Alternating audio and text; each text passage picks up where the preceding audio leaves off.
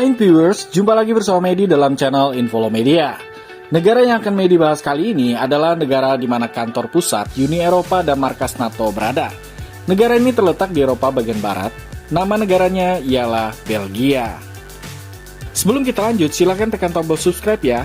Dan jangan lupa nyalakan loncengnya agar tidak ketinggalan informasi yang Medi sajikan di channel ini. Mari kita lanjut. Negara Belgia berada di antara negara Belanda di utara, Jerman di timur, Prancis dan Luxembourg di selatan, dan Laut Utara di bagian barat.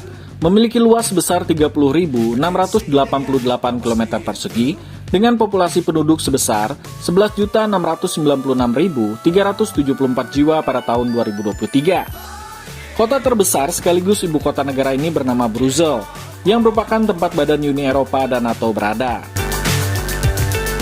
Di negara Belgia terdapat 3 suku bangsa yang dominan. Yang pertama ialah suku bangsa Flandria yang berbahasa Belanda sebanyak 60% dari populasi. Kemudian ada suku bangsa Wallonia yang berbahasa Prancis sebanyak 35% dari populasi. Dan yang ketiga ialah suku bangsa Jerman yang tentunya berbahasa Jerman sebanyak 1% dari populasi. Sisanya ialah etnis kecil lainnya. Oleh sebab itu, bahasa resmi yang ada di Belgia adalah bahasa Belanda, bahasa Prancis, dan bahasa Jerman. Mayoritas penduduk Belgia beragama Kristen, terutama Katolik Roma, yakni sebesar 60% dari populasi. Sisanya adalah penganut Kristen Protestan, Islam, Yahudi, dan lain-lain.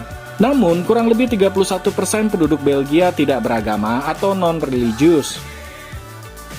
Belgia merupakan negara monarki konstitusional dan demokrasi parlementer federal. Penguasa monarki Belgia dikenal sebagai Raja atau Ratu Belgia yang berstatus sebagai kepala negara. Raja Philip yang berkuasa saat ini adalah Raja ke-7 Belgia. Dalam dunia politik, sang raja tidak memiliki kekuatan sendiri, akan tetapi bertindak dengan berkonsultasi dengan para menteri di pemerintahan. Sedangkan kepala pemerintahannya dipegang oleh seorang Perdana Menteri, di mana Perdana Menteri adalah orang yang paling berkuasa dalam politik Belgia. Pemerintahan dibentuk setelah pemilihan umum demokratis dalam sistem multipartai.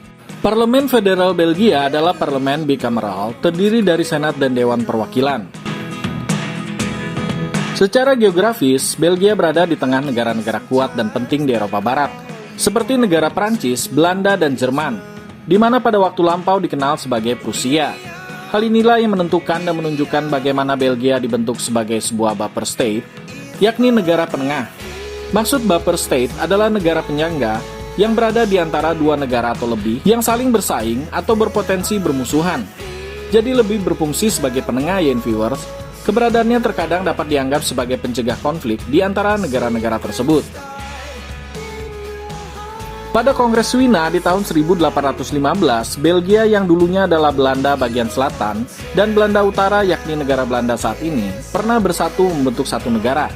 Negara baru ini diperintah oleh seorang raja yang bernama Raja William I. Walaupun persatuan ini menguntungkan kaum borjuis Belgia, namun umat Katolik keberatan dengan campur tangan Raja Protestan dalam urusan keagamaan. Sedangkan kaum liberal menuntut lebih banyak kebebasan. Sehingga pada tahun 1828, kaum Katolik dan liberal menyusun program tuntutan bersama. Persatuan ini disebut unionisme. Setelah serangkaian insiden, revolusi pun meletus di Brussels pada tahun 1830. Raja William I mengirimkan pasukannya, namun mereka diusir pada tanggal 27 September tahun 1830. Para pemberontak juga mendapat dukungan dan sukarelawan yang ada di luar kota. Setelah kebangkitan ini, Belgia terpisah dari Belanda Utara, yakni negara Belanda saat ini. Pemerintahan sementara mendeklarasikan kemerdekaan pada tanggal 4 Oktober tahun 1830. Konferensi diplomatik tentang masa depan Belgia dibuka di London pada tanggal 4 November tahun 1830. Kekuatan-kekuatan besar pada masa itu mengakui pemisahan Belgia dari Belanda dan Raja Leopold I menjadi raja pertamanya Belgia, yakni dari tahun 1831 sampai tahun 1865. Permasalahan hubungan antar komunitas di Belgia telah memainkan peranan yang sangat penting dalam sejarah Belgia saat ini. Semenjak tahun 1970, di mana 6 reformasi negara terjadi, menghantarkan Belgia menjadi negara federal. Akibatnya, pasal pertama konstitusi Belgia hari ini berbunyi, Belgia adalah negara federal, terdiri dari komunitas dan wilayah. Nah, by the way nih viewers, bagaimanakah dengan pariwisata yang ada di negara Belgia? Ya, tentunya negara Eropa yang satu ini tidak kalah menariknya untuk dikunjungi. Budaya, bangunan, serta sejarah negara Eropa tentu menarik untuk dilihat. Tempat wisata yang pertama ialah Museum Magritte. Ini adalah salah satu museum seni yang ada di kota Brussels. Sebenarnya, Museum Magritte merupakan bagian dari Royal Museum Fine of Art of Belgium. Sisanya ada 3 lagi museum seni yang bisa kita kunjungi. Harga tiket masuk ke museum ini cuma 8 euro per orang. Sesuai namanya, museum ini diambil dari nama belakang seorang pelukis surrealis, yakni René Magritte.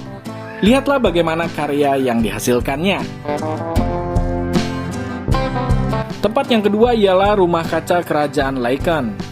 Di bagian utara ibu kota Brussels terdapat bangunan megah yang merupakan tempat tinggal kerajaan. Tentu saja lahannya sangat luas dan tamannya sangat indah. Di dalamnya juga terdapat berbagai jenis rumah kaca botani dan juga kebun-kebunan, seperti Japanese Garden, Chinese Pavilion, dan Kastil Monumen Leopold. Walaupun sebagai tempat tinggal kerajaan, ternyata bangunan yang satu ini juga dibuka untuk umum, akan tetapi hanya pada waktu tertentu saja. Biaya masuknya hanya 2 euro per orang. Sepertinya objek wisata rumah kaca ini harus menjadi daftar kunjungan ke Belgia ya. Tempat wisata yang ketiga ialah mengunjungi bar di Belgia. Nah, viewers, Belgia terkenal dengan kualitas birnya ya. Salah satu bar yang menjadi rekomendasi bagi wisatawan mancanegara adalah Pau Chanel Kelder yang menjual 150 jenis bir. Tapi jangan khawatir bagi kalian yang tidak suka minuman beralkohol, bar ini juga menyediakan beberapa jenis minuman non-alkohol. Suasana barnya juga sangat nyaman dan mengusung tema kafe, seperti kafe pada umumnya yang ada di Indonesia. Tempat yang keempat ialah Durbay. Ini adalah sebuah kota kecil yang ada di wilayah Wallonia, Belgia. Lokasinya tidak begitu jauh dari kota Brussels. Meskipun ukurannya sangat kecil, Durbay memiliki keindahan yang sangat luar biasa. Sesampainya di sana, kita akan disuguhkan suasana kota yang hangat, serasa berada di dunia Harry Potter, sebab pemandangan bangunan yang sangat tradisional khas bangunan Eropa di masa lampau. Ternyata, kota kecil ini sudah ada sejak abad pertengahan loh. Kota Durbay terletak di antara bukit-bukit yang menghijau dan berada di tepi sungai Orte. Kota ini sering disebut sebagai kota terkecil di dunia karena populasinya yang sangat sedikit. Saat ini, populasi penduduk yang ada di kota ini kurang lebih sekitar 500 orang saja. Oke viewers, demikianlah sebagian kecil dari tempat-tempat wisata menarik yang ada di negara Belgia. Sebenarnya, masih banyak lagi tempat-tempat wisata yang menarik yang ada di negara ini. Semoga informasi yang Medi sajikan tadi bisa menambah wawasan kita semua untuk mengenal kawasan atau wilayah sebuah negara yang ada di dunia. Dan jangan lupa untuk tekan tombol subscribe serta nyalakan loncengnya ya, biar Medi lebih semangat lagi dalam menyajikan informasi di channel ini. Sampai jumpa!